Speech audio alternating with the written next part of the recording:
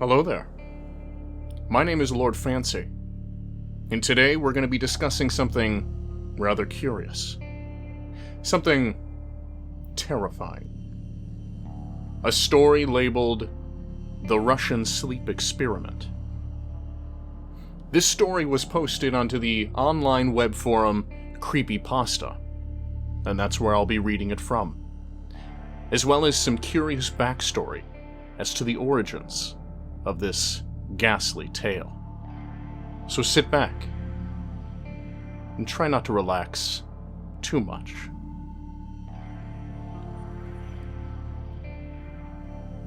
Widely regarded as one of the most popular and widespread creepypastas ever written, The Russian Sleep Experiment is notorious as much for the gruesome nature of its content as for its plausibility. To this day, a large portion of the articles written about the story are attempts to investigate its validity or to debunk it as a hoax, something that speaks not only to the story's effectiveness, but also to the deeper societal anxieties to which the story appeals. For those who don't know, the Russian Sleep Experiment is a supposedly factual account of experimentation acted out on subjects by the Soviet government and military in the wake of World War II. The experiment, ostensibly meant to explore the effects of sleep deprivation on the human body, was also used to test a new gas that could keep people awake for days at a time.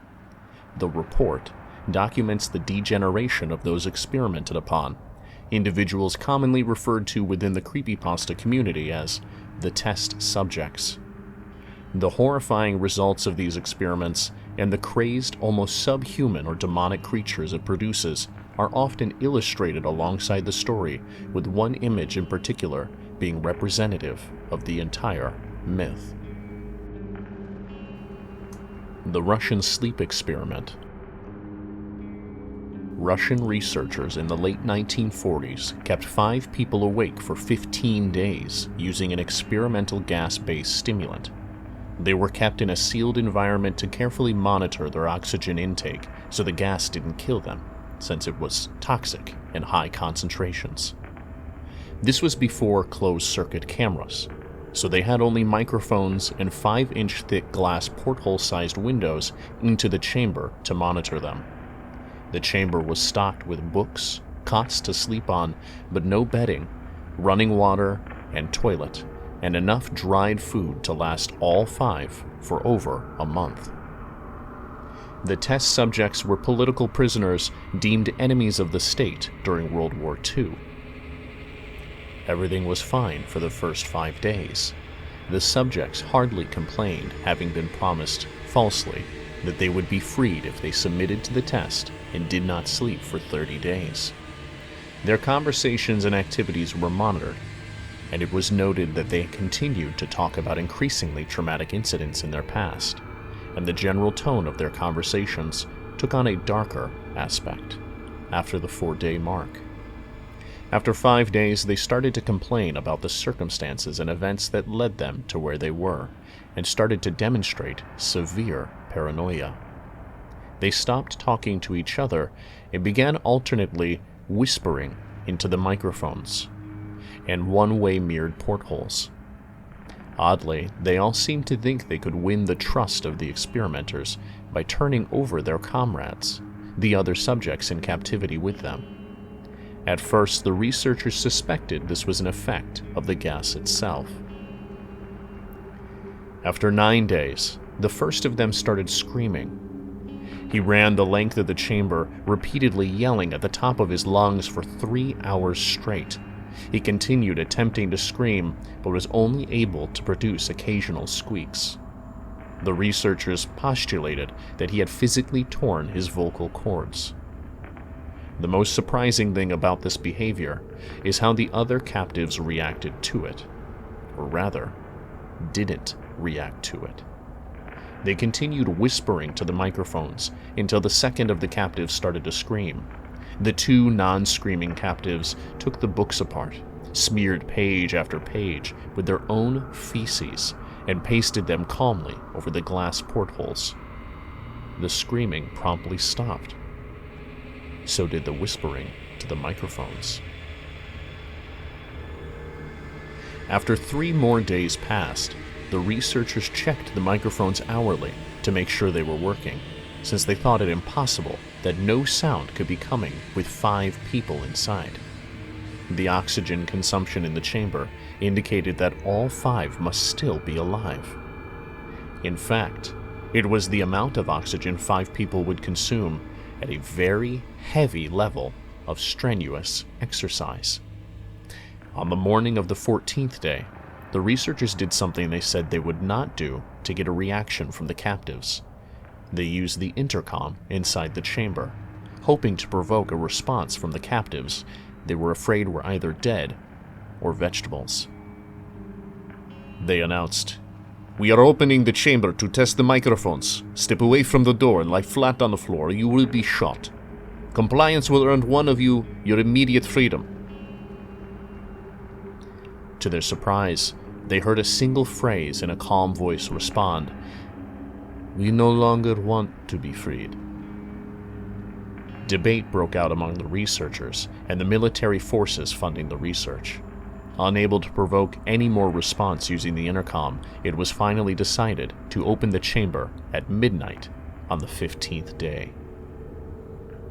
The chamber was flushed of the stimulant gas and filled with fresh air, and immediately voices from the microphones began to object. 3 different voices began begging, as if pleading for the life of loved ones, to turn the gas back on. The chamber was opened, and soldiers were sent in to retrieve the test subjects. They began to scream louder than ever, and so did the soldiers when they saw what was inside. 4 of the 5 subjects were still alive, although no one could rightly call the state that any of them were in life. The food rations past day 5 had not been so much as touched. There were chunks of meat from the dead test subject's thighs and chest stuffed into the drain in the center of the chamber, blocking the drain and allowing 4 inches of water to accumulate on the floor. Precisely how much of the water on the floor was actually blood was never determined. All 4 surviving test subjects also had large portions of muscle and skin torn away from their bodies. The destruction of flesh and exposed bone on their fingertips indicated that the wounds were inflicted by hand, not with teeth, as the researchers initially thought. Closer examination of the position and angles of the wounds indicated that most, if not all of them, were self-inflicted. The abdominal organs below the ribcage of all 4 test subjects had been removed. While the heart, lungs, and diaphragm remained in place, the skin and most of the muscles attached to the ribs had been ripped off, exposing the lungs through the rib cage. All the blood vessels and organs remained intact. They had just been taken out and laid on the floor, fanning out around the eviscerated but still living bodies of the subjects. The digestive tract of all 4 could be seen to be working, digesting food. It quickly became apparent that what they were digesting was their own flesh they had ripped off and eaten over the course of days. Most of the soldiers were Russian special operatives at the facility, but still many refused to return to the chamber to remove the test subjects. They continued to scream to be left in the chamber, and alternately begged and demanded that the gas be turned back on, lest they fall asleep. To everyone's surprise, the test subjects put up a fierce fight in the process of being removed from the chamber. One of the Russian soldiers died from having his throat ripped out.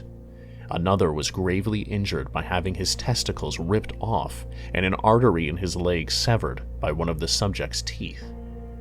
Another 5 of the soldiers lost their lives, if you count ones that committed suicide, in the weeks following the incident.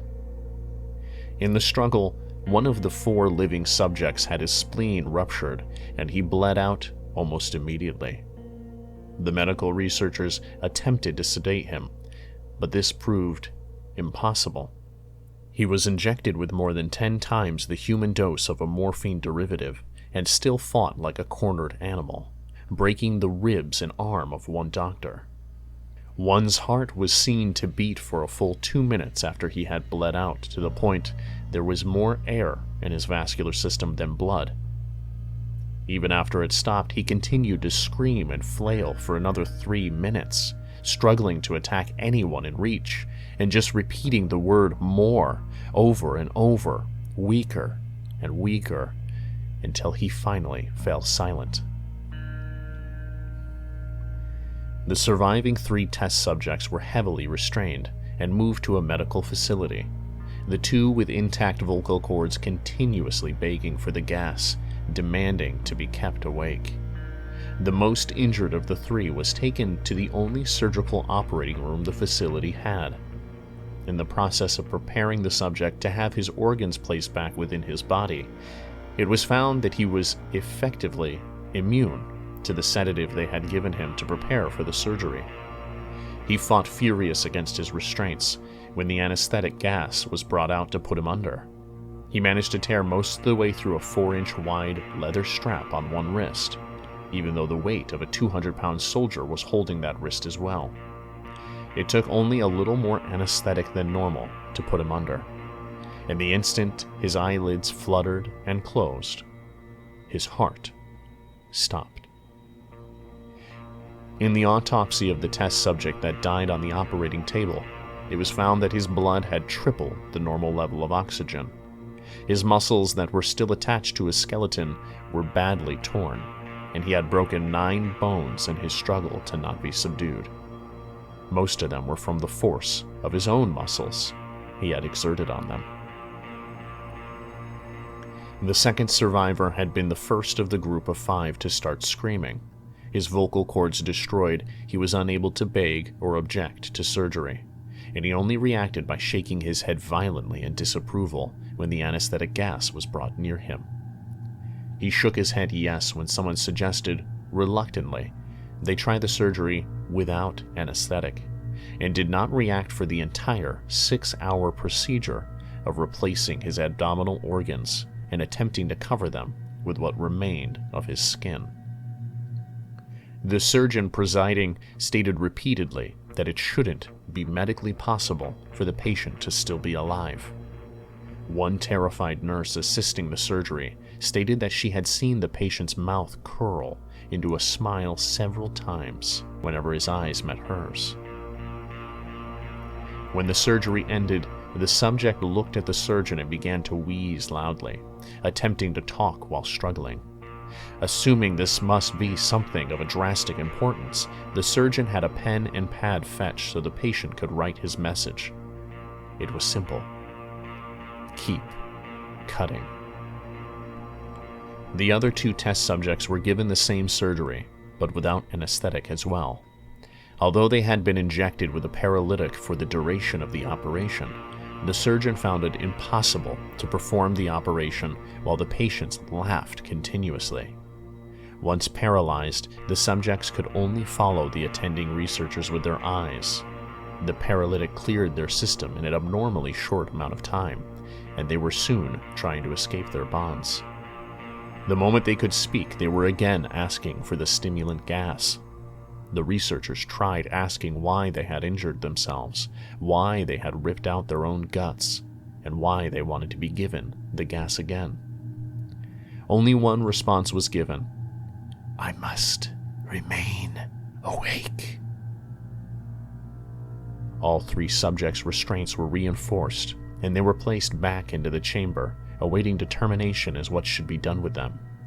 The researchers, facing the wrath of their military benefactors for having failed the stated goals of their project, considered euthanizing the surviving subjects. The commanding officer, a former KGB agent, instead saw potential and wanted to see what would happen if they were put back on the gas. The researchers strongly objected, but were overruled. In preparation for being sealed in the chamber again, the subjects were connected to an EEG monitor and had their restraints padded for long-term confinement. To everyone's surprise, all 3 stopped struggling the moment it was let slip that they were going back on the gas. It was obvious that at this point, all three were putting up a great struggle to stay awake. One of the subjects that could speak was humming loudly and continuously. The mute subject was straining his legs against the leather bonds with all his might, first left, then right, then left again, for something to focus on. The remaining subject was holding his head off his pillow and blinking rapidly. Having been the first to be wired for EEG, most of the researchers were monitoring his brainwaves in surprise. They were normal most of the time, but sometimes flatlined inexplicably. It looked as if he were repeatedly suffering from brain death before returning to normal. As they focused on the paper scrolling out of the brainwave monitor, only one nurse saw his eyes slip shut at the same moment his head hit the pillow. His brainwaves immediately changed to that of a deep sleep, then flatlined for the last time as his heart simultaneously stopped. The only remaining subject that could speak started screaming to be sealed in now. His brainwaves showed the same flat lines as the one who had just died from falling asleep. The commander gave the order to seal the chamber with both subjects inside, as well as 3 researchers. One of the named 3 immediately drew his gun and shot the commander point blank between the eyes, then turned the gun on the mute subject and blew his brains out as well. He pointed his gun at the remaining subject, still restrained to a bed, as the remaining members of the medical research team fled the room. "I won't be locked in here with these things. Not with you," he screamed at the man strapped to the table. "What are you?" he demanded. "I must know." The subject smiled. "Have you forgotten so easily?" the subject asked. "We are you. We are the madness that lurks within you all, begging to be free at every moment in your deepest animal mind. We are what you hide from in your beds every night. We are what you sedate into silence and paralysis when you go to the nocturnal heaven where we cannot tread." The researcher paused, then aimed at the subject's heart and fired. The EEG flatlined as the subject weakly choked out. So nearly free.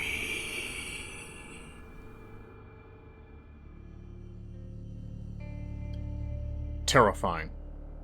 Truly. A story with which to chill your very bones. Now we move on from the horror to the truth.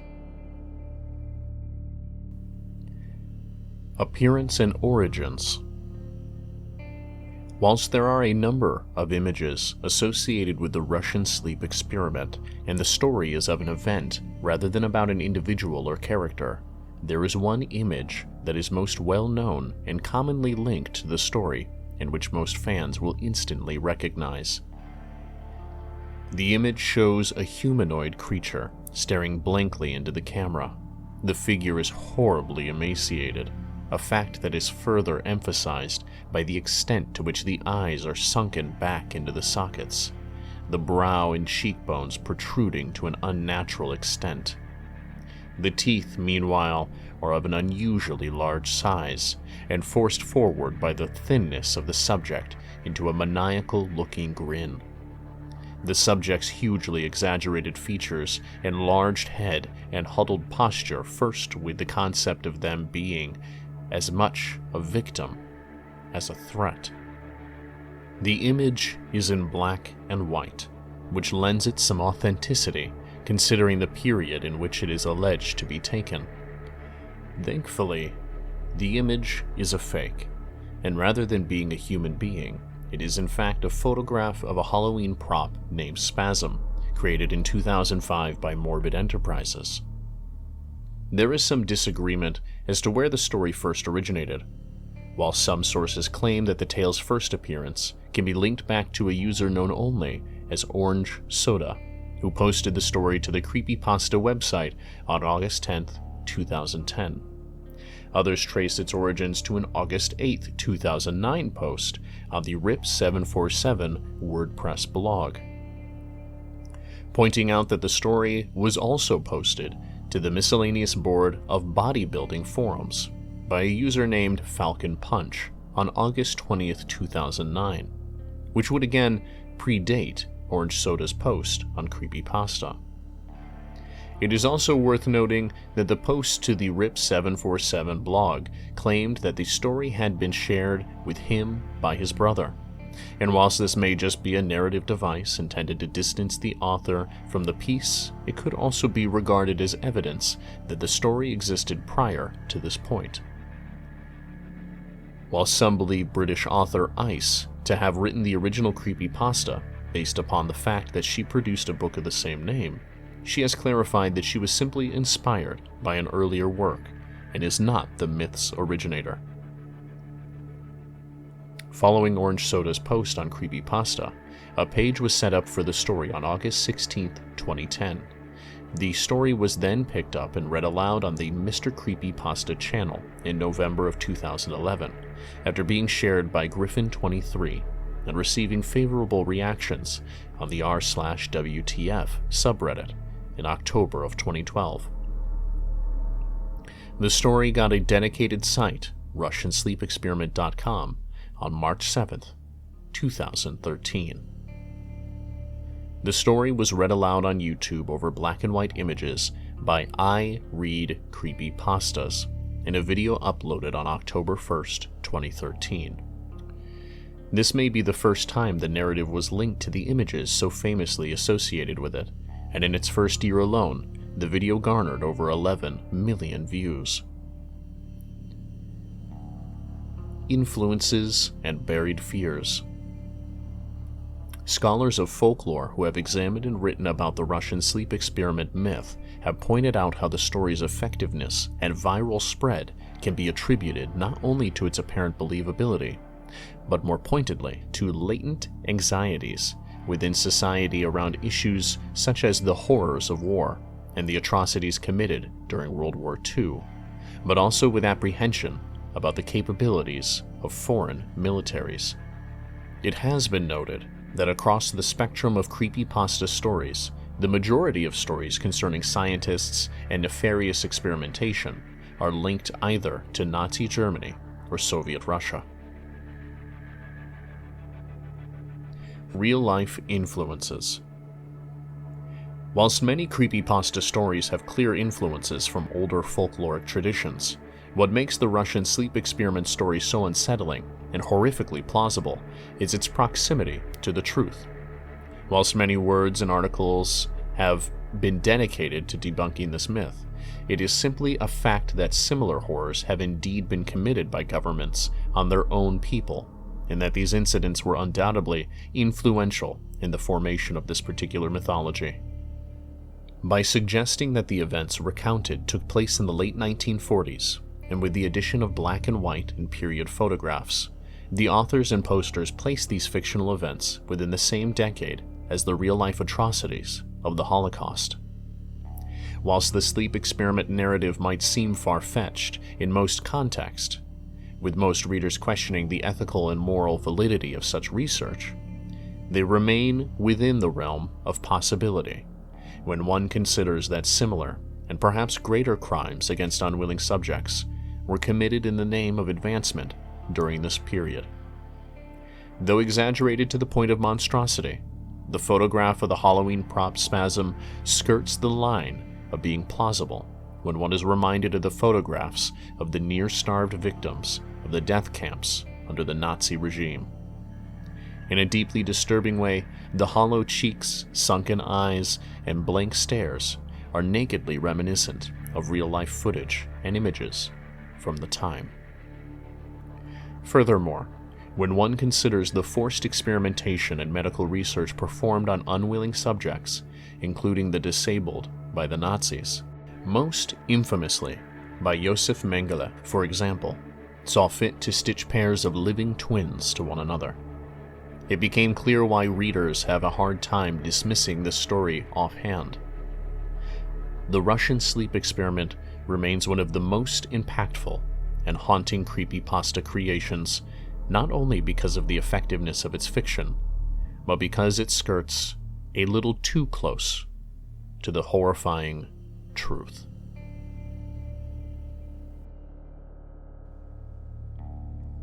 I'd like to thank you all for joining me today. I know it was scary, but you faced your fears, and we made it through the other side.